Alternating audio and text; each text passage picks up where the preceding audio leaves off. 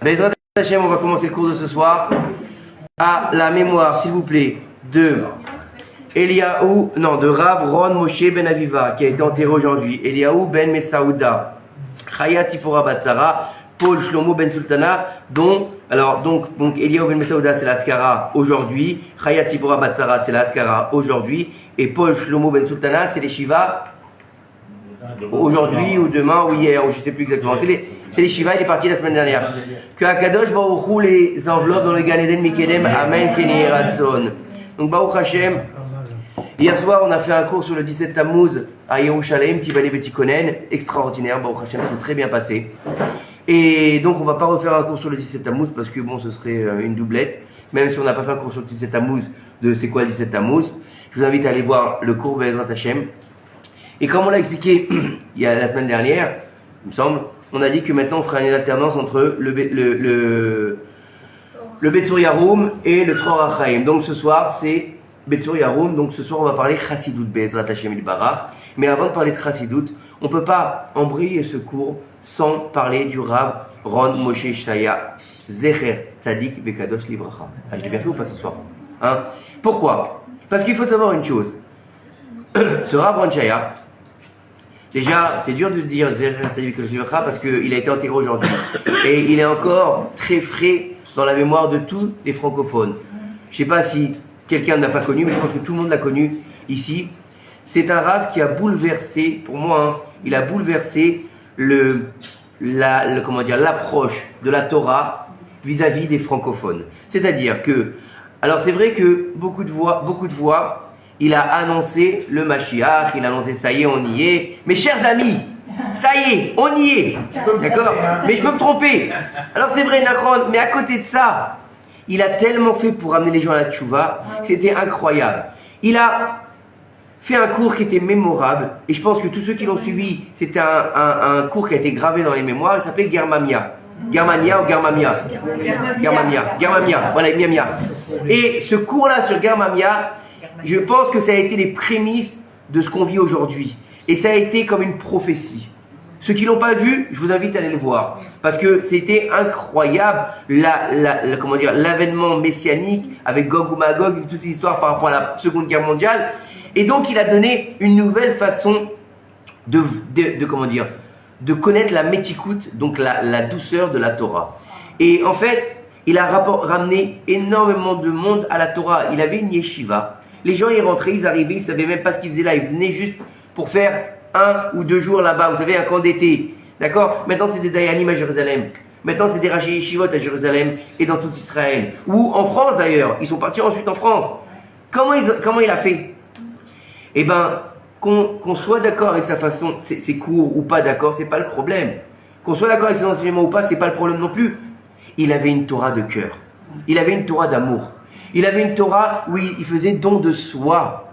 Et vous savez que je suis nul en Gematria, c'est clair. Mais des fois, des choses, elles te parlent un petit peu. Et grâce à Dieu, j'ai été jusqu'au CM2, donc je les ai comptés jusqu'à 20. Non, j'ai même eu mon bac.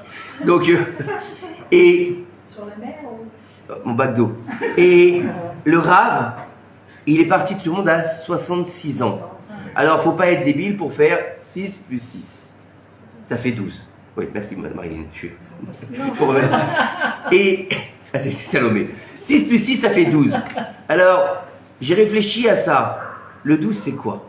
Le 12, c'est un chiffre hyper important dans le judaïsme. C'est le chiffre de la vie. Pourquoi c'est le chiffre de la vie? Parce qu'au niveau du 12, c'est ce qui va définir la Teva. Comment? 12 heures de jour, 12 heures de nuit, 12 mois de l'année. 12 tribus. Qui donne quoi à un peuple? Et donc le 12, c'est un moyen de rentrer dans le devenir, dans l'être. Et en fait, 66, c'est peut-être pas ça, j'en sais rien, je veux dire, ça n'engage que moi, ça c'est ce que j'ai ressenti en tout cas. Et ben je pense que le Rav Ron Shnaya, d'accord, s'il est parti au jour d'aujourd'hui, c'est parce qu'il avait fini sa mission. Et c'est parce qu'il avait réussi sa mission surtout.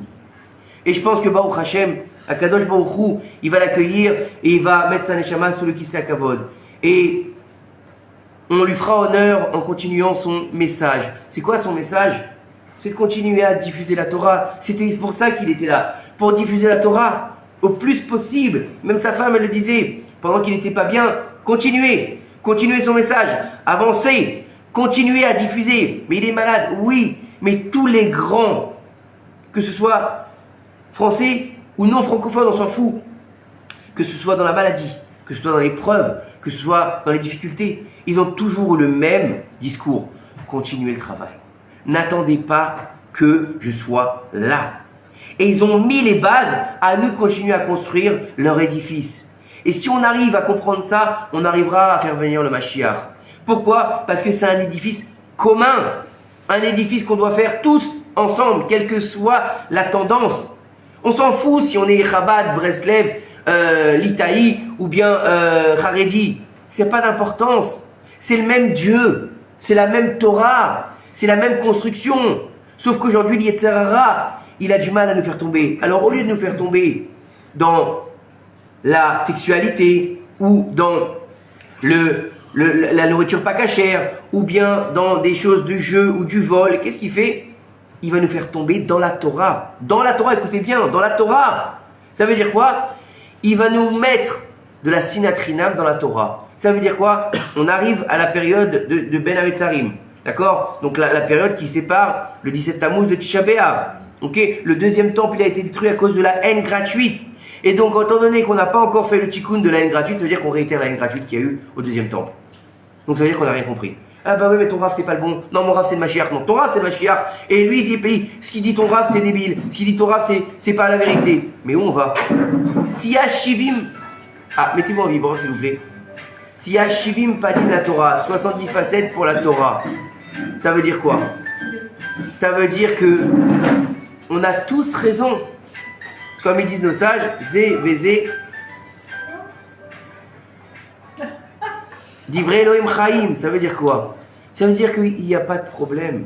Il n'y a pas de problème d'étudier et la Chassidut Chabad, et la Chassidut Breslev, et la Torah du Rav Kook, et la Torah du Létéi, et la Torah. Il n'y a pas de problème. Pourquoi? Parce que c'est une même Torah. Moshe Kibel Torah.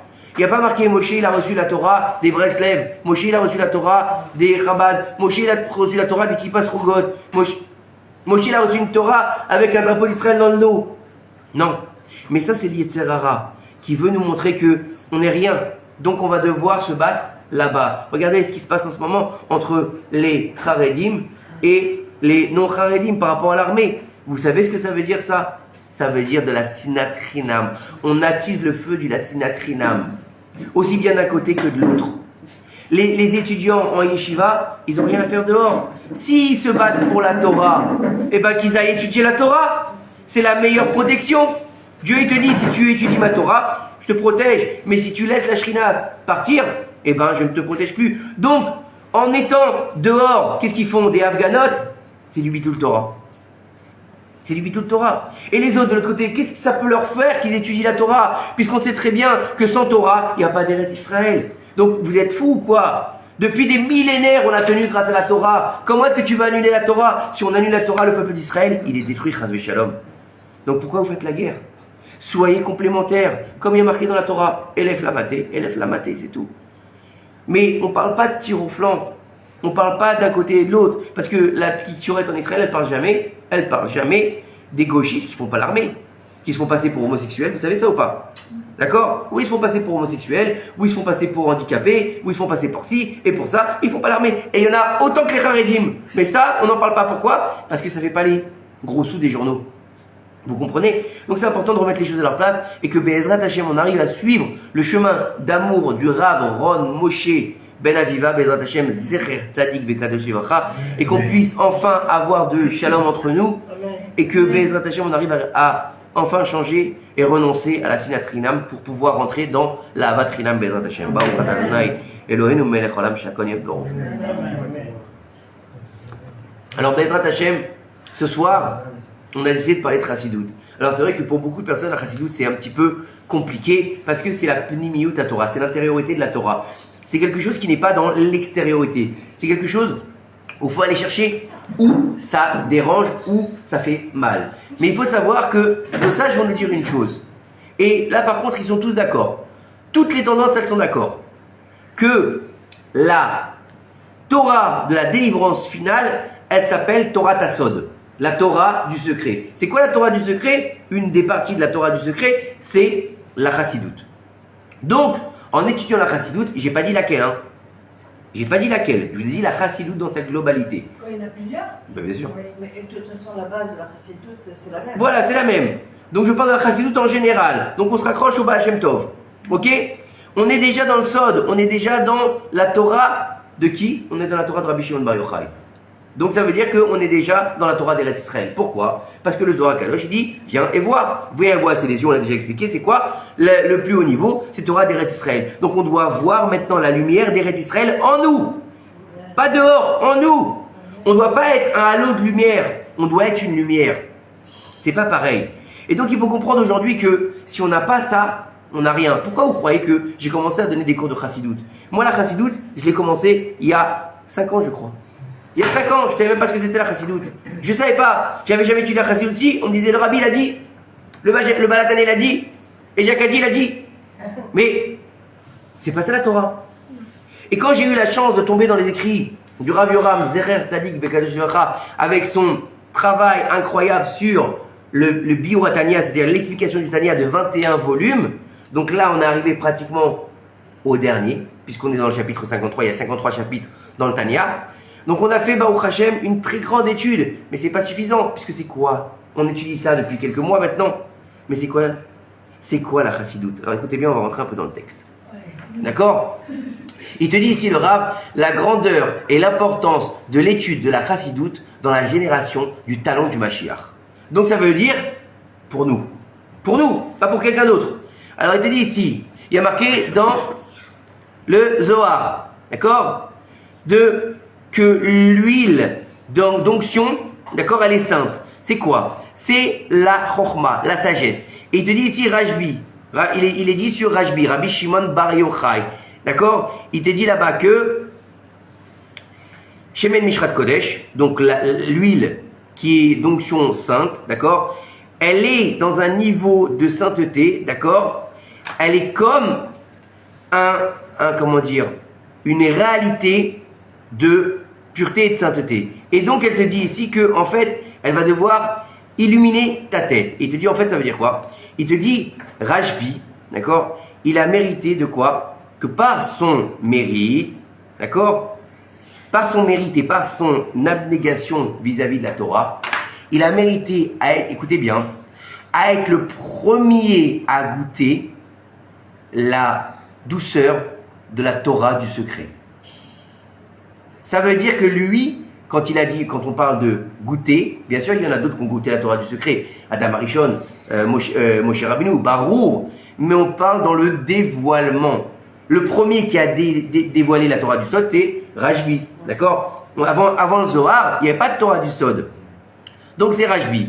Et il te dit ici, le Admour Hatzemar Tzedek, il te dit que Achia Ashiloni, ok? Alors c'était qui? Achia Ashiloni. Achia Ashiloni, c'est un homme qui est sorti d'Égypte. Donc remettez-vous dans le contexte, on est en Égypte. Il y a eu l'esclavage. On va sortir d'Égypte, il y a un homme, il s'appelle Achia Ashiloni, il va sortir avec les Béné Israël. Il fait partie des Béné Israël. C'est pas un Erev Rav, c'est un Hébreu. Très bien? Ok. Qu'est-ce qu'il a fait celui-là? Il a vécu 7 générations.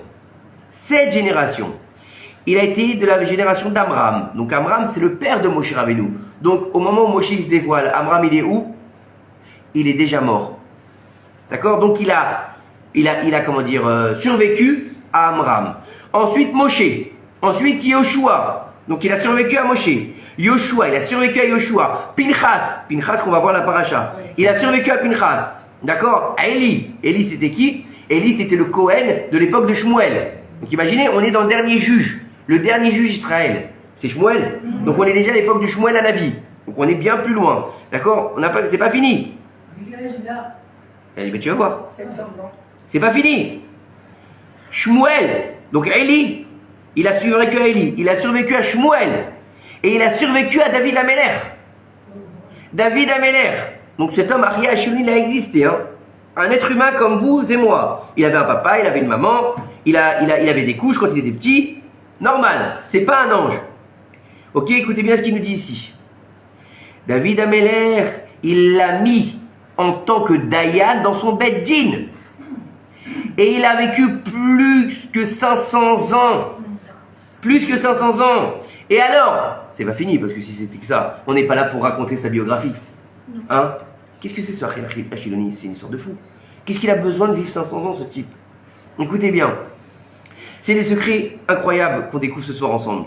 Il te dit ici que, alors, il a rencontré Eliyahu Hanavi, qui est lui-même Pinchas, Ben Elazar à Cohen. Eliyahu Hanavi, c'est Pinchas qu'on va voir dans la paracha de cette semaine, qui a tué Cosbi et Zimri. D'accord? C'est ce Pinchas-là qui va devenir Eliyahu Hanavi. Puisqu'on avait déjà fait un cours, il me semble, il y a quelques temps sur le Tzror Chaim, on avait expliqué que Pinchas, il était mort au moment de l'acte, il avait récupéré la Neshama de Nadav et Avihu, et qui sera aussi Eliyahu Hanavi. On avait expliqué tout ça. Maintenant, Pardon, il a été tué. Comment il est mort? Pinchas, Ah oui. comment il est mort? Je ne sais pas. Et il J'ai pas dit il a tué, j'ai dit, il a tué. Il a tué Zimri Ben Salou. J'ai cru comprendre.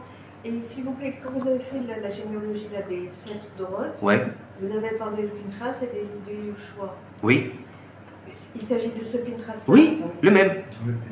Pinchas De la Torah. de la Torah et Yehoshua de la Torah.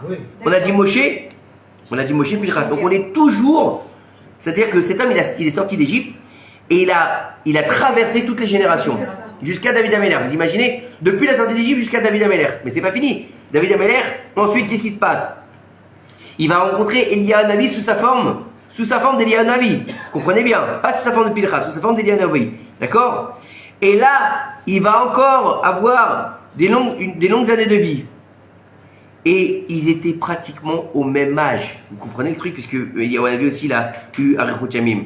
Et alors, Aria Ashiloni, il a permis à Eliyahu Hanavi d'avoir la névoie, de recevoir la névoie. Donc cet homme-là, c'est un niveau extraordinaire, cet Aria Ashiloni. Pourquoi personne ne le connaît? Ah bah oui. Et bah pourquoi on est là ce soir?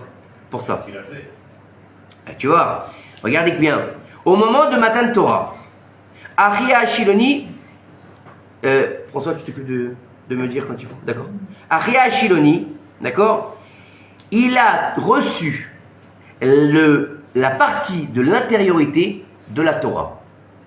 Et il a mérité, d'accord, de dévoiler la partie de la Pnimiyut, d'accord, qui s'appelle Shevi. Ah, c'est quoi Shevi? Shevi, c'est un prisonnier. Shevi, dans la Torah, c'est un prisonnier. C'est grâce à Aria Ashiloni qu'on a réussi à dévoiler quelqu'un qui est en prison. Quelqu'un qui est en prison, en général, il est dans l'obscurité, vous êtes d'accord? À partir du moment où il va sortir de prison, il est dans la lumière. Donc il a réussi à faire passer quelque chose qui s'appelle prisonnier, d'accord? Donc qui s'appelle dans l'ombre, vers la lumière. Ça s'appelle Torah Tassod, la Torah du secret. Qu'elle est passée d'un moment où on ne la voyait pas, où elle va être dévoilée. Comment elle va être dévoilée? Vous allez comprendre, c'est énorme. Ça y est, déjà vous. Ben oui, je sais. Je sais. Mais je ne fais pas exprès. Alita Lamarom, Veshavita Shevi. Moshe Rabbeinu, lorsqu'il est monté dans le ciel, il y a marqué comme ça, dans les Teilim, Alita Lamarom, Shavita Shevi. Tu es monté dans les cieux et tu as délivré les prisonniers. Ok, tout le monde connaît cette phrase-là, d'accord David? Tu aussi, tu la connais? Bon, c'est quoi des Shevi? Alors écoutez bien. La Kavana, d'accord, c'est pas qu'il a délivré des prisonniers. Vous croyez quoi? Que le mec il est là pour aller en prison, il a joué prison break. Allez, tu sais quoi? Vas-y, on va faire un tatouage dans le dos et on va essayer de s'échapper. On n'est pas là-dedans. Il n'est pas monté dans les cieux pour délivrer des prisonniers, puisqu'à partir du moment où on passe au niveau céleste, ok? Donc on est dans quelque chose de spirituel. Donc on n'est pas dans le palpable. Donc si on n'est pas dans le palpable, on est dans quel niveau? On est dans le niveau de Neshama. Si on est dans le niveau de Neshama, c'est quoi Shevi? Alors, écoutez bien ce qu'il nous dit ici. Il nous dit ici que c'était des grandes Neshamot qui avaient en elles toute la Torah de la Pnimiyut. D'accord? Tout le monde a compris le mot Pnimiyut ou pas? Ou je le traduis encore? Tout le monde a compris ou pas? C'est bon pour tout le monde? Dites-moi tout. C'est bon? Pnimiyut, c'est bon? Ok. Écoutez bien. Et il te dit ici, le premier, il s'appelle Shimon ben Yochai. Rabbi Shimon bar Yochai, d'accord? C'est donc Rashbi. D'accord? Rajbi, Shimon, Bar Yochai, Shin, Bet, Yud, Shevi. Yitzhak ben Shlomo. Yitzhak ben Shlomo qui s'appelle le Harizal. Non, Arashbi, pardon. Attends. Oui, non, Arashbi, Yitzhak ben Shlomo. Oui. Attends, c'est pas fini. Oui, non. Ari Akadosh, ça c'était Shimon Bar Yochai. Après, il te dit Yitzhak ben Shlomo.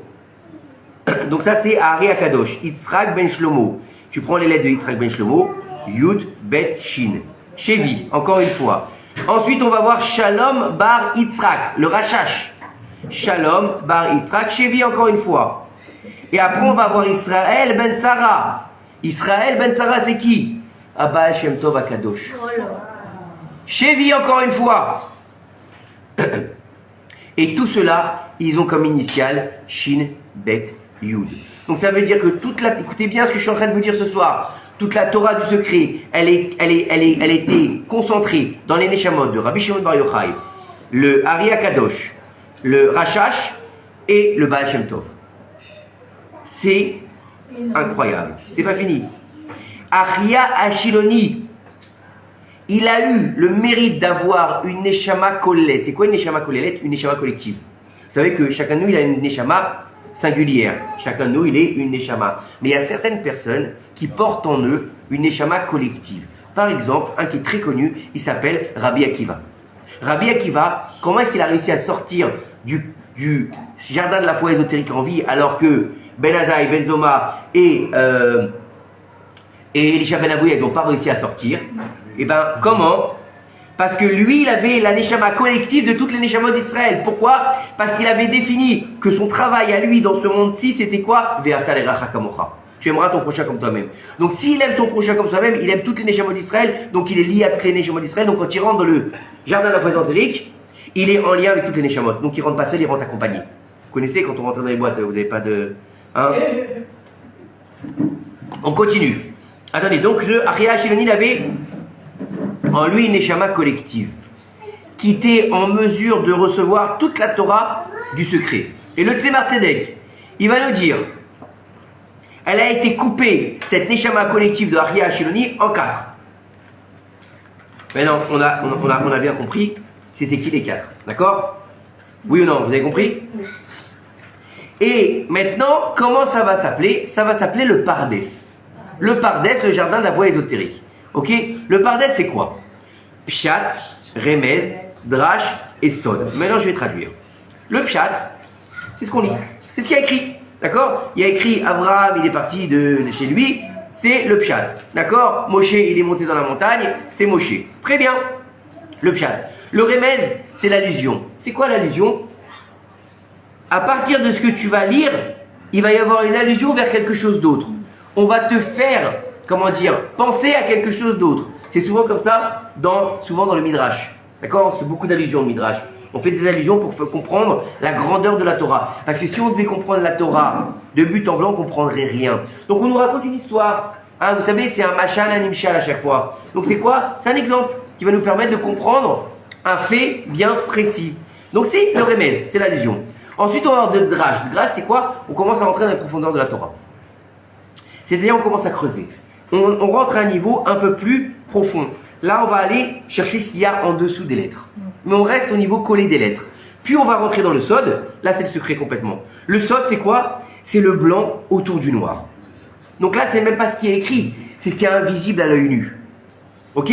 C'est les 4 niveaux. Maintenant, écoutez bien. Et ça, c'est magnifique. J'en ai parlé un petit peu hier, vite fait. Mais on va le développer ce soir. Il te dit ici, donc le Rav, que le pshat du sod, puisqu'on a parlé du sod, donc on est toujours dans le secret, d'accord? Maintenant, dans chaque niveau, il y a aussi tous les autres niveaux du pardès. Donc ça veut dire que dans le sod, on va voir quelque chose qui s'appelle le pshat du sod. Jusqu'à ça, tu me dites moi s'il y a besoin de traduire, je traduis. Ok? Le pshat du sod, c'est qui est-ce qu'il a reçu? C'est Rabbi Shimon Bar Yochai. D'accord? Ça s'appelle le Zohar HaKadosh. D'accord? Et donc le Zohar HaKadosh, écoutez bien, c'est magnifique. Le Zohar HaKadosh, c'est le pshat de la Kabbalah. Et pourtant, on n'y comprend absolument rien. Vous avez compris? C'est-à-dire que déjà, pourquoi? Parce que tu es déjà dans le niveau du secret. Tu es déjà dans le niveau de la terre d'Israël. Tu es déjà dans un niveau qui t'échappe. Quand tu restes à ton niveau humain. Il faut devenir prophète.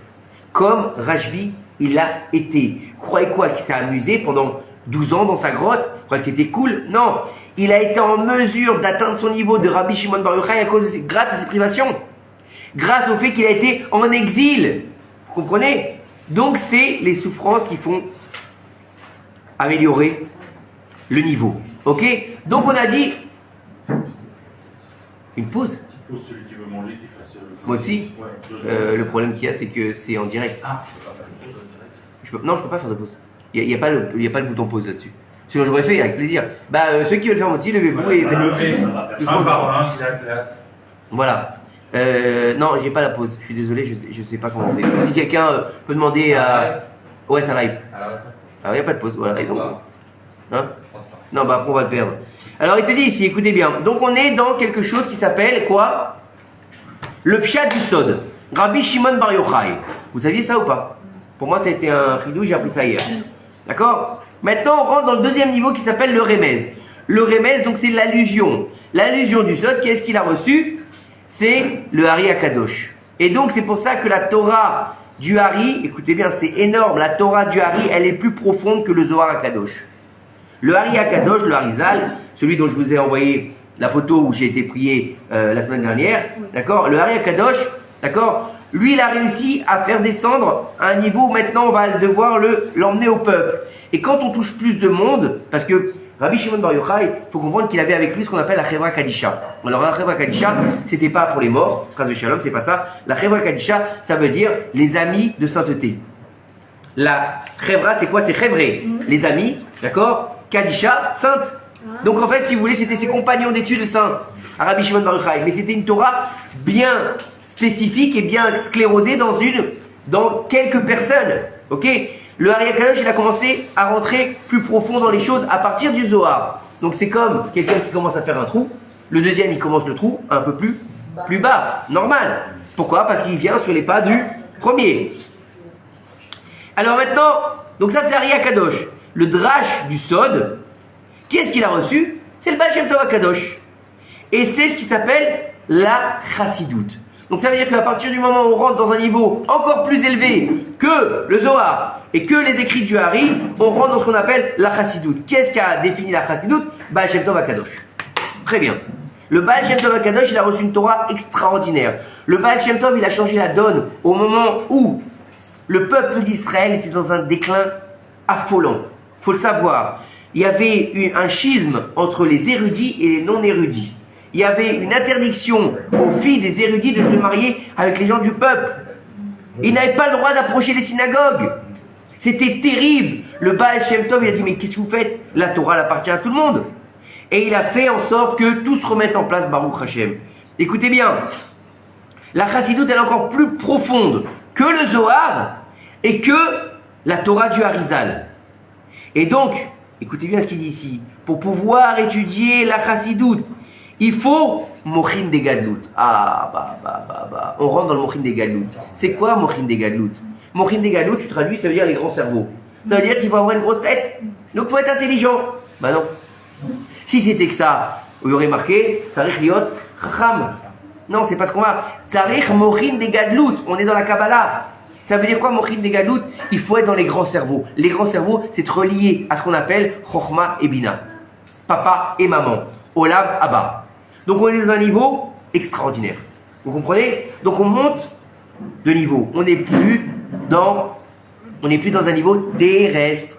On est dans un niveau terrestre qui rejoint le céleste. On relie la neshama avec le corps. Ok? Alors c'est pas fini. Donc il te faut mourir des gadlout. Comment tu vas pouvoir comprendre le Tanya correctement?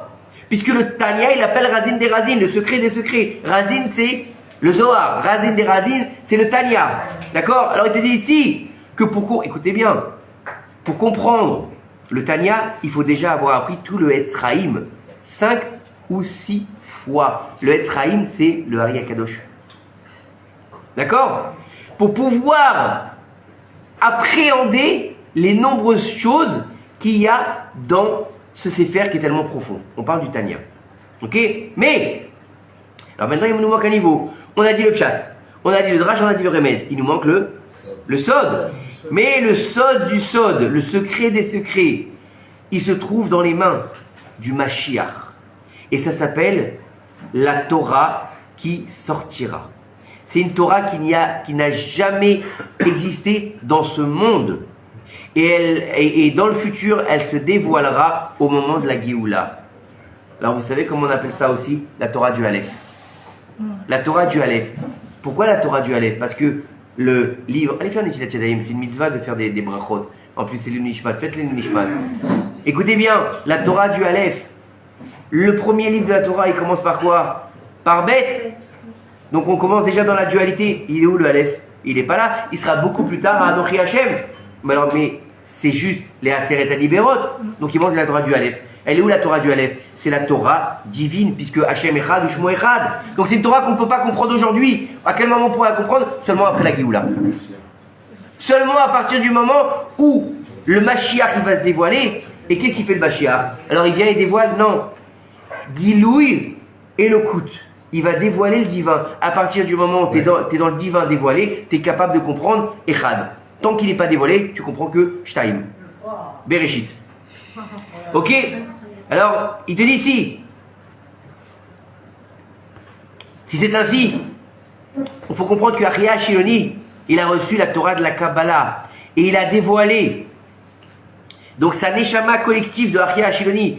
Il a dévoilé le Pshat par Rabbi Shimon Bar Yochai. Et donc, il était donc le Gilgoul de Rabbi. Il est donc le Gilgoul de Achia Shiloni, c'est Rabbi Shimon Bar Yochai. Et donc, il a aussi écoutez bien ce qu'il nous dit ici. Et donc, il a choisi sa place dans le Gan Eden. Qui? Rabbi Shimon Bar Yochai. Exactement à côté d'Achia Shiloni. Comme c'est écrit dans le Zohar, c'est pas de moi, hein. Zohar Hadash, il te dit lorsque Rashbi, d'accord, il est tombé malade. Ils sont venus, les sages, pour le voir, pour lui faire des cours cholim, d'accord.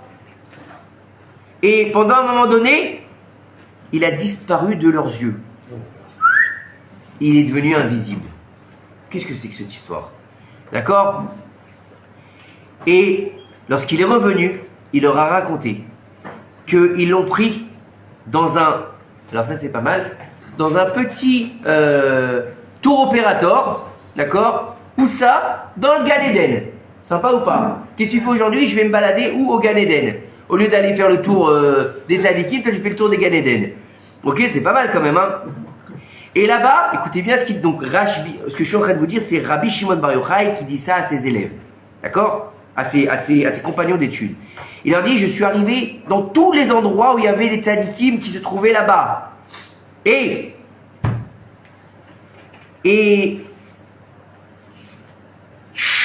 mon cœur n'arrivait pas à choisir la place qui m'était destinée au Gan Eden. Donc ça veut dire que Dieu lui a donné le choix de pouvoir choisir sa place, c'est énorme. D'accord? Quand quelqu'un il quitte ce monde, on ne sait pas où il va. D'accord? Nous-mêmes, on se dit, même, c'était qui a dit ça? Je crois que c'est Rabbi, je ne sais plus, qui l'a dit, je ne sais pas où je vais, j'ai peur aujourd'hui. C'était Rabbi, je ne sais plus c'était quel Rabbi. Je ne sais pas si c'est Rabbi Udanassi. Je ne me souviens plus. J'ai un trou de mémoire, excusez-moi. Alors écoutez bien. Il te dit ici, alors, juste au moment où j'ai vu la place à côté d'Achia Shiloni, je voulais être là-bas. Et j'ai choisi cet endroit. D'accord? Et quand je suis revenu, aucun endroit n'a trouvé grâce à mes yeux. Seulement l'endroit où se trouvait Achia Shiloni. Pourquoi? Parce que Rabbi Shimon Bar Yochai, il est de la source de son âme à Achia Shiloni. Donc il s'est relié à son âme. Vous avez compris? Et donc, il a choisi sa place dans le Gan Eden, exactement près de lui, et il est revenu dans notre monde. D'accord? Et c'est ce qu'il a dit Rashbi. D'accord? Il a dit que Achia Shiloni et lui, donc Achia Shiloni et lui-même, donc Rabbi Shimon Bar Yochai, ils peuvent l'iftor, annuler quelque part le din, d'accord, de toutes les générations, depuis Abraham jusqu'au Mashiach, ensemble, main dans la main, Rabbi Shimon Bar Yochai et Achia Shiloni, ils ont le pouvoir d'annuler le din depuis Abraham jusqu'à Mashiach. D'accord? Et donc, il te dit de les rapprocher d'Hachem et de les sauver de toutes les punitions dans l'Olam Haba. Vous imaginez? Mais pour ça, comment il faut faire? Alors vous allez dire pourquoi? Alors pourquoi on souffre? Alors pourquoi on souffre? Eh ben oui, c'est une bonne question. Alors pourquoi on souffre? On ne devrait pas souffrir. Parce que qui est-ce qui se relie à eux? C'est comme quelqu'un, il veut de l'argent, ok? Il dit il veut de l'argent, il a besoin d'argent. Il a de l'argent à la banque. Et il est chez lui, il est assis comme ça dans son salon, il dit oh, je comprends pas que j'ai pas d'argent dans les mains. Va à la banque, mets ta carte. Va tirer. Ah non, j'ai pas. Ouf! J'ai pas aujourd'hui. Tu veux être sauvé? Bah donne la main à Rajbi. Donne la main à Ria Shuleni. Comment tu fais? Apprends sa Torah. Apprends sa Torah. Fais-le murmurer dans la tombe. Relie-toi à lui. N'oublie pas une chose, on l'a déjà expliqué. Lorsque tu vas accepter sur toi un tzaddik de vérité et que tu vas prendre ses enseignements, non seulement tu vas faire parler sa bouche dans la tombe, mais lorsque tu vas partir après 120 ans de ce monde, quand tu arrives au tribunal céleste, il vient et il dit celui-là, c'est mon pote, il est à moi, laissez-le tranquille. Protexia, vous connaissez Protexia? Protexia, comment tu fais? Tu l'as pas connu? Non, j'ai étudié sa Torah. J'ai étudié sa Torah. Même quand on lit les Télim, il paraît que David Améler, il sera là. Ben, bien sûr. Bien sûr. Voilà, pour celui qui lit les Télim régulièrement, il sera là. Mais correctement. Correctement. Ouais, parce que le problème qu'il y a, c'est beaucoup de monde, ils prennent les Télim et ils pensent que c'est quelque chose d'important qu'il a relevé François. Oui. Parce qu'aujourd'hui, beaucoup de gens, ils pensent que le livre de Télim, c'est un gris-gris. D'accord? Oh, pouvoir magique, j'ai des problèmes de santé, allez, je veux marier, eh, c'est pas un grimoire magique, vous croyez quoi? Il va sortir une fée aussi, à un moment donné, il va transformer ta voiture en citrouille. N'importe quoi. Faut être clair, le Télim, c'est une prophétie. Elle a été donnée au monde, compilée par David Améler. Mais il y a aussi des Télim qui appartiennent à Adam Arishon et à Moshe Rabbeinu. Oh, c'est un niveau exceptionnel. Non, on a pris le Télim, on en a fait une amulette. Allez, je la mets autour du cou et tout va bien se passer. Et puis quoi encore? C'est pas comme ça que ça marche. C'est comme on te dit, la plus grande ségoula, c'est la tfila. Mais si tu lis comme un TGV, ou tu lis n'importe comment, ou tu fumes en même temps, bah c'est pas une tfila. Hein? C'est la même chose que dans l'exemple des Télim, c'est comme la Lachot, quand comment il s'appelle, celui qui a fait les Lachot. Le rabbi Caro. Rabbi. Quand il a fait ça, il a regretté.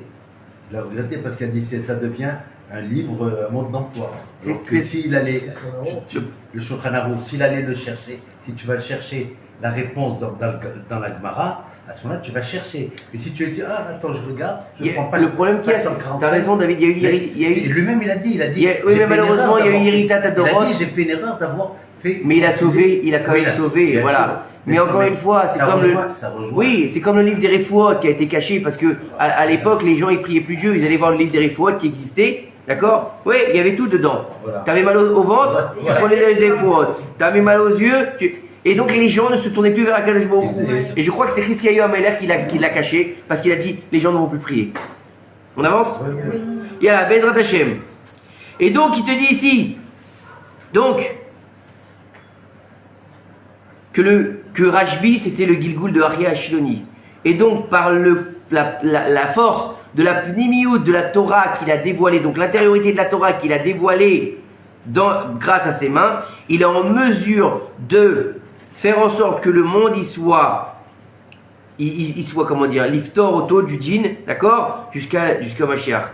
Et à Israël en fait, et que, attendez, donc il va atténuer le djinn. On sait qu'on est dans une période de djinn grave, d'accord. Imaginez s'il n'y avait pas Aryeh Shiloni et Rabbi Shimon Bar Yochai, dans quel état on serait? Ce serait encore pire, Chas v'Shalom. Encore pire. Donc écoutez bien ce qu'il nous dit ici. Et grâce à eux, le peuple d'Israël, il sortira de la galoute Berachamim, avec miséricorde. D'accord? Attends, c'est pas fini. Comment? En goûtant l'étude du Zohar, qui est le livre de Rabbi Shimon Bar Yochai, Torah Kabbalah. On l'a déjà expliqué. Et il te dit ensuite, quand il est arrivé le Ari Akadosh, il a mérité de recevoir la partie du Remez, de l'allusion du secret, grâce à Eliyahu Hanavi, qui était l'élève de Aria Ashiloni. Eliyahu Hanavi, c'était l'élève de Aria Ashiloni. Rappelez-vous, Eliyahu Hanavi, c'est bien avant le Ari Akadosh. Le Ari Akadosh, je crois que ça fait 300 ans, 400 ans, un truc comme ça. Je suis pas très bon en date, vous savez. Mais c'est pas Eliyahu Hanavi, c'est pas l'époque de Moshe Rabbeinu. D'accord? Écoutez bien. Il te dit ici, et après cela, lorsqu'il est arrivé le temps du Baal Shem Tov de recevoir le drash, d'accord, Aria Ashiloni, il se révélait à lui. À qui? Au Baal Shem Tov. Et lui apprenait là-bas, en cachette, pendant plus de 10 ans, la Torah de la Chassidoute. Ça veut dire que, je ne sais pas si vous avez un peu lu la biographie du Baal Shem Tov Akadosh. Déjà tout petit, il était orphelin. Et qu'est-ce qu'il faisait? Il allait se cacher dans la forêt pour que personne ne le trouve. Qu'est-ce qu'il faisait? Il jouait à cache-cache? Non, il allait recevoir la Torah d'Aria Ashiloni. D'accord? Le Baal Shem Tov, déjà tout petit, il avait une aura incompréhensible. Déjà tout petit, il était déjà prophète. C'est des neshamot particulières, il faut comprendre, attention. Il faut comprendre que toutes les neshamot d'Israël, elles sont grandes, Baruch Hashem. Mais Dieu, il va choisir de temps en temps certaines neshamot qui vont devenir les phares. Pourquoi? Parce qu'on en a besoin. On a besoin d'un manhig pour pouvoir nous montrer la voie. C'est sûr qu'on a besoin. On a eu besoin de personnes comme Baba Salé, le Rabbi de Lubavitch, Rav Kadori, toutes ces tzadikim de folie, encore plus proches de nous. Rav Ovadia Yosef aussi, Rav Steinman, que ce soit Ashkenaz ou Séfarad, on s'en fout vraiment. C'est des hommes. Rav Kanievski, Gamken, ils ont transcendé leur aide pour devenir les manikim du peuple d'Israël. Et aujourd'hui, regardez bien, il n'y en a plus. Il n'y a plus de tête. Il n'y a plus. Quels que soient les miflagot, il n'y a plus rien. Comment ça se fait? On attend le Mashiach. Alors, maintenant on est dans le Baal Shem Tov. Il faut savoir que la génération dans laquelle on vit, celle qui s'appelle Ekvita de Meshiché, la génération du talon du Mashiach, d'accord? La seule chose qui pourra, écoutez bien, je vous en prie, ouvrez vos oreilles, qui pourra relier l'homme à Hashem Yitbarach avec un lien qui sera un lien véritable et fort, ce sera seulement la Torah de la Chassidoute. C'est marqué là, c'est pas non. Hein. Je vous traduis de l'hébreu, tout ce que je vous dis depuis tout à l'heure. Et donc, à l'époque, il y avait le chasse. Le chasse, c'est quoi? Le Talmud. Babli, Yerushalmi, très bien. D'accord? On a déjà expliqué. Talmud Yerushalmi de Jérusalem et le Talmud de Babel, c'est pas les mêmes choses. D'accord? Le Talmud de Babel, il a été écrit en Chutz La'aretz. Le Talmud de Jérusalem, il a été écrit ici, en Eretz Israël. Mais j'ai appris qu'il n'a pas été écrit à Jérusalem. Il a été écrit dans le nord. C'est pas le problème. Il a été écrit dans le nord. Là-bas, il y avait tous les Amorim et les Tanaïm. C'est pour ça qu'il y a autant de... Pourquoi il y a autant de sépultures dans le nord? Parce qu'ils vivaient tous là-haut. D'accord? Alors écoutez bien, on continue. Donc avant, il y avait ça, il y avait le chasse, il y avait le Talmud. Et qui donnait la force à l'homme de se relier à Kadosh Baruch Hu. Après, mais même la Mishnah et les Poskim, d'accord? Ils avaient la force de faire cela. Donc la Mishnah, les Poskim, la Gemara, d'accord? Mishnah, c'est avant la Gemara, on est d'accord? Et, par contre, aujourd'hui, au jour d'aujourd'hui, donc dans notre génération du talent du Mashiach, en 2026 de l'ère vulgaire, ok? Seulement, celui qui possède la Torah de la Chassidoute, il pourra mériter de se relier correctement avec Hashem Yitbarach. Pourquoi? Attends, aujourd'hui il y a des gens qui apprennent la Gemara, il y a des gens qui apprennent la Mishnah, il y a des gens qui apprennent d'autres choses, mais qui n'ont pas de lien avec la Chassidoute. D'accord ou pas? Il y a même, il faut savoir, écoutez bien, il y a même des yeshivot qui interdisent aux élèves d'apprendre la Chassidoute. Il y en a qui leur interdisent. Il y a des élèves, c'est un drame ça. Hein. Si par exemple on va choper un élève dans une yeshiva X, c'est pas la peine de me dire quelle yeshiva, avec un livre du Rav Kook par exemple, on va le jeter dehors. Parce que pour eux, ils vont dire c'est pas de la Torah. Ils vont le trouver avec un Tanya, ils vont le jeter dehors. Le jeter dehors, hein. Pas simplement lui dire c'est pas, mais range ton livre. Non, ils vont le jeter direct. Ils interdisent cette étude-là. Alors que ça nous dit que quoi ici? Ça nous dit qu'il faut absolument l'étudier. Pourquoi la Torah de la Chassidoute et pas une autre Torah? Parce que la Torah de la Chassidoute, elle raffine l'homme. D'accord? Et elle fait que ses midot, donc ses vertus, d'accord, elles deviennent Meoudenet. Onctueuse. Onctueuse. Ça veut dire quoi? C'est-à-dire, tu dis un chamallow. C'est-à-dire quoi? T'es doux. C'est quelqu'un qui va maintenant vivre. Quoi? Qu'est-ce qu'il y a? Ça te plaît pas? Non, parce que je vais avoir toujours la même discussion avec toi. Laquelle? La discussion, ceux qui étudient Le chasse? pas le chat, oui, le chat c'est une chose, ça c'est. Il n'a pas dit qu'il fallait pas étudier le chasse, hein? Non, mais ceux qui vont étudier La chassidoute? La Kabbalah? Le Zohar. Le Zohar. Le Zohar. Le sod. Rachat, La Torah des Mitzvahs. Les mitnagdim? Daniel, tu peux être césarienne. Hein? Tu peux être césarienne. Alors, la couche. Le moussard. Ouais. Ils arrivent au même résultat avec une chose différente. Eux, ils n'ont pas le droit aussi à ça.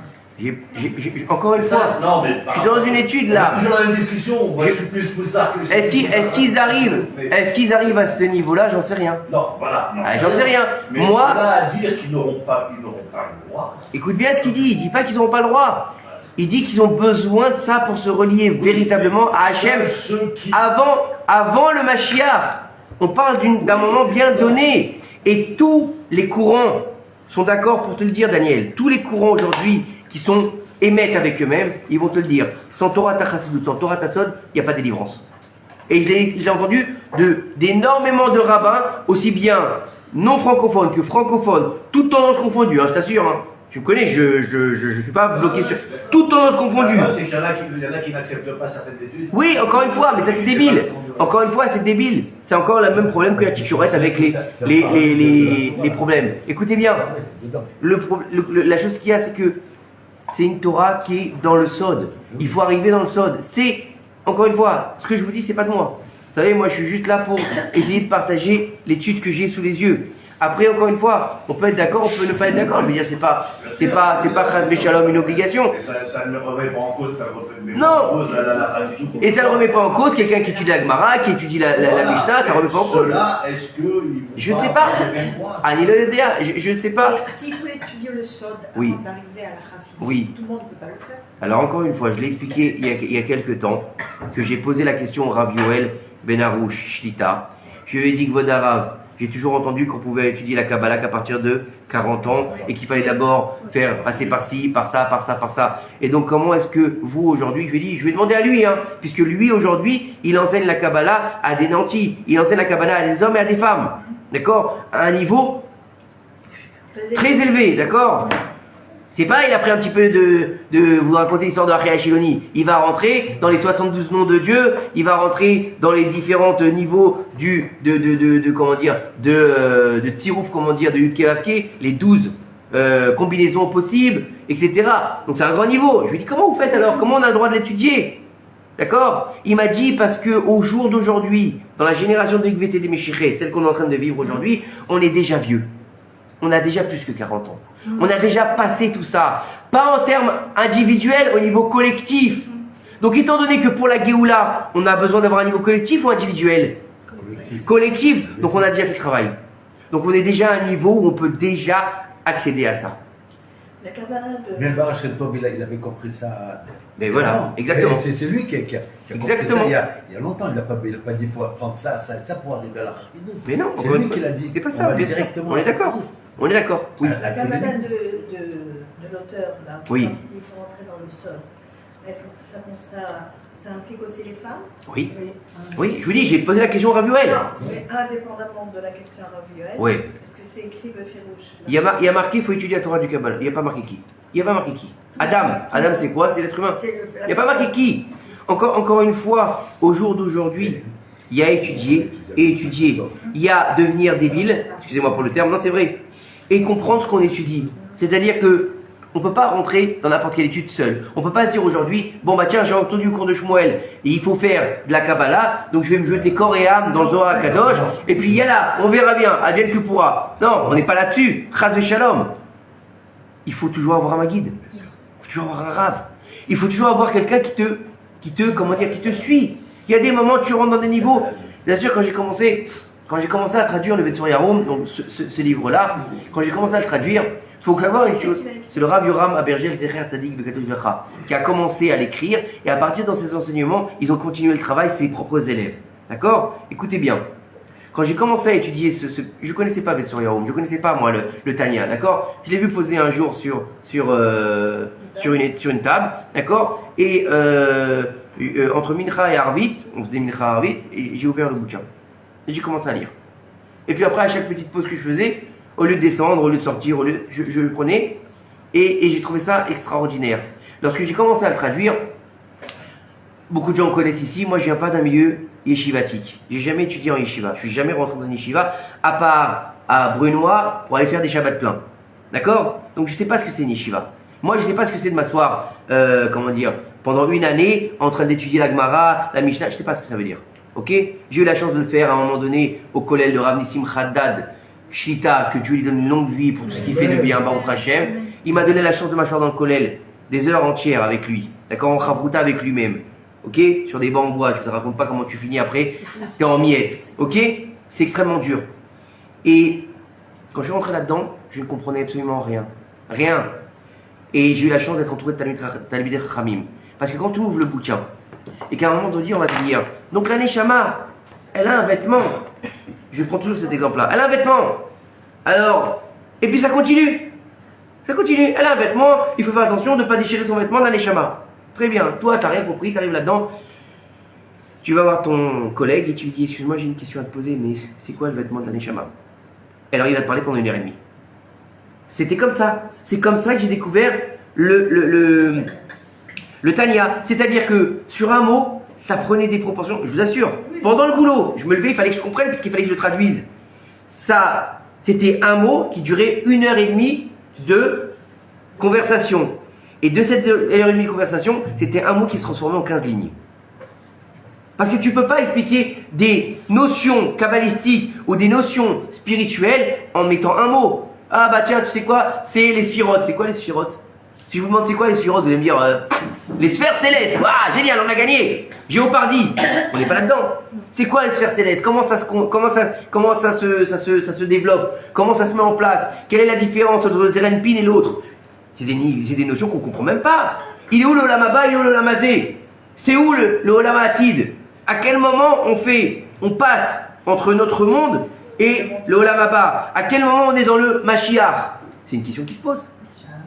Et ça, c'est pas des notions que tu peux écrire tout simplement. Eh ben, tu sais quoi? Il y aura Mashiach ben Yosef, attendez-le, et puis après il y aura Mashiach ben David, et puis tout va bien se passer. Allez, et puis Gog ou Magog, vous connaissez tous ces fameux cours-là. Eh attention, il va y avoir Gog ou Magog, il va y avoir du sang partout, on va tous mourir.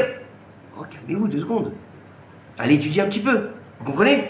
Donc ça veut dire que derrière ça, il faut comprendre que c'est plus compliqué que ça. Et il faut l'apprendre différemment aujourd'hui. On doit vulgariser les choses, un maximum. Vous comprenez? J'ai répondu à votre question? Bon, prochain. Alors, on en était où? Donc on parle de la Torah, c'est bon d'aller pour toi aussi? Ok. Alors tu dis pourquoi? Parce qu'elle raffine les midotes de l'homme, d'accord? Et elle fait rentrer en lui, écoutez bien, elle le fait rentrer par les portes de la Hasaga. C'est quoi la Hasaga? C'est quand tu vas être en mesure du dévoilement. Tu vas être, grâce à la Torah Tachasidut, tu vas être en mesure de tenir dans la main le dévoilement divin. Et ensuite, il te dit quoi ici? Cette Torah que tu auras appris, où ça tu l'auras appris cette Torah? Ici, au Olam Hazé. Elle fera des fruits dans les mondes célestes. Donc ça veut dire que, en fait, on est dans quelque chose qui est totalement nouveau. C'est-à-dire que c'est une Torah qu'on n'a pas l'habitude d'apprendre. Et c'est vrai que ça fait peur ou ça déstabilise. Parce que forcément, on a tous grandi dans plus ou moins la même Torah, Chumash, Mishnah, Gemara, d'accord, dans une école juive. Moi à l'époque, je veux dire, on savait jamais ce que c'était le Zohar. Hein. Il nous fallait qu'on devienne des bakis en Gemara, des bakis. Et puis en plus de ça, ils choisissaient pas forcément les Gemarot les plus intéressantes. D'accord, il choisit toujours les plus durs. Baba Kama, Baba Metzia. D'accord, à l'école, tu n'apprenais pas Kiddushim. T'étais Baba Metzia, Baba Kama. Et toi, tu te retrouvais à 9h du matin. Hein, oui, ou Brachot. Tu étais à 9h du matin en train de te demander pourquoi le taureau il a encore né. Et pourquoi je dois tuer le taureau? Et j'en ai rien à faire du taureau. La vérité, tu t'en fous quoi du taureau? À 15 ans, tu t'en fous du taureau. C'est plus sympa d'apprendre brachot. Il y a plein d'histoires dans brachot. Il y a plein de. C'est surtout actuel, par contre. Voilà, mais c'est un kiff. Tous les jours, Si tu dis brachot, c'est un kiff. Excusez-moi, Baba Kama, Baba Messia, t'as juste envie, c'est de t'acheter une corde. C'est dur. Tu t'apprends ça à des élèves de 15 ans, ils n'ont pas envie. Ou tu leur fais réciter des Mishnayot. Allez, on va réciter des Mishnayot. Mais t'as pas envie. Il n'y a pas de tam. Il n'y a pas de tam. Et tu comprends rien. Le Mishnah Mikvé. Ah bah faut un Mikvé, machin. D'accord. Mais explique-moi quel est l'intérêt du Mikvé. Explique-moi qu'est-ce que on doit faire avec ça. Cette eau là qui est particulière, puisqu'elle permet de purifier, elle permet. Comment est-ce que de l'eau elle permet de te purifier? Comment est-ce que si tu rentres dans 40 niveaux d'eau, ah ça y est, tu deviens une nouvelle bria? Comment est-ce qu'une femme qui a perdu machin Non, apprenez par cœur. Et qu'est-ce que t'as gagné? Voilà. Hein? Tu sais quoi? Je voudrais que tu finisses la Gemara. Oui, comment on fait? Bah tous les jours tu lis une page. C'est vrai que t'as fini la Gemara. Qu'est-ce que t'as retenu? Pas grand-chose. Et c'est pour ça qu'il faut apprendre dans le texte. Il faut prendre du temps à apprendre. Il faut revenir souvent. Il faut refaire les choses, réécouter, revenir et toujours se dire je vais trouver quelque chose de plus. Comme la paracha de la semaine. Si tu l'écoutes l'année dernière comme tu l'écoutes cette année, eh ben t'as rien compris. Et l'année d'après encore une fois, t'as rien compris. On en est où là? Bon. On a encore du temps? Baruch Hashem. On va se plaindre parce que vous avez le droit d'étudier. Moi, il y a quelques temps, on n'avait pas le droit. Les femmes. Regardez, alors écoutez-moi, faut arrêter de dire n'importe quoi, d'accord? Les femmes, elles n'ont jamais été interdites d'étudier, d'accord? Les filles de Rachid, c'était des bâtis, brouillées à la femme de Rabbi Meir Balanès, elle donnait des cours de Torah. Donc pourquoi les femmes? Non, le problème qu'il y a eu, c'est qu'on est rentré dans ce inyan de comment dire, patriarcal, où on a décidé que la femme c'était une cuisinière ou bien une mère porteuse, d'accord? Elle va à la cuisine, elle va chercher les gosses, elle fait la vaisselle. Hein? Il y a quand même un interdit juste de la Gemara. Oui, c'est vrai. Non, mais racontez. Juste la Gemara qu'elle a On parle pas de la Gemara là, elle m'a juste parlé d'étudier la Torah. Elle a parlé d'étudier. C'est vrai Elle a parlé d'étudier. On parle pas de Gemara là. Mais l'étude, il n'y a pas de problème. C'est là que tu as envie d'étudier la Gemara. Mais c'est toujours comme ça. Mais le Inyan, il est quoi? C'est que on est toujours attiré par l'interdit. Mais encore une fois, Ghislaine, il faut connaître son rôle dans la vie. Oui. Tu comprends? Alors attention, le rôle de la femme, c'est pas d'être une cuisinière pour son mari. Parce que nos sages, ils te disent, dans les Inyans de Shalom Bayit, ils te disent, t'as pas épousé une cuisinière. Le Rav Citruc Zecher Tzadik B'Kadosh B'Cha disait ça. D'accord? Si t'es rentré chez toi et ta femme elle t'a fait un œuf, d'accord? Et toi tu dis, je travaille toute la journée, mais t'as pas épousé une cuisinière. D'accord? Ta chemise elle est pas repassée, t'as pas épousé un pressing. Quand même. D'accord? Et alors aujourd'hui, on fait le repassage. Et alors, ça a jamais tué personne de repasser une chemise. Ça a jamais tué personne de se faire une omelette. Mais Khila, mais et moi je repasse très bien. Voilà. Alors écoutez bien. Il te dit ici, celui qui n'aura pas de lien avec la chassidoute, non seulement sa Torah, elle ne monte pas dans les cieux, mais c'est violent ça. Hein. Là c'est violent, Daniel, je crois que tu as sauté de ta chaise. C'est pour ça que je suis pas d'accord. Attends, mais tu vas être encore moins d'accord. Il se transforme en Shed Yehudi, en démon juif. Non, je suis pas d'accord. Bah d'accord, t'es pas d'accord. Moi je te dis le. Ça, ça, excuse-moi, hein. Ça, c'est ce que tu disais au début du cours. D'accord? C'est la guerre entre les différents. Non. Si. Non. Moi, je trouve que c'est.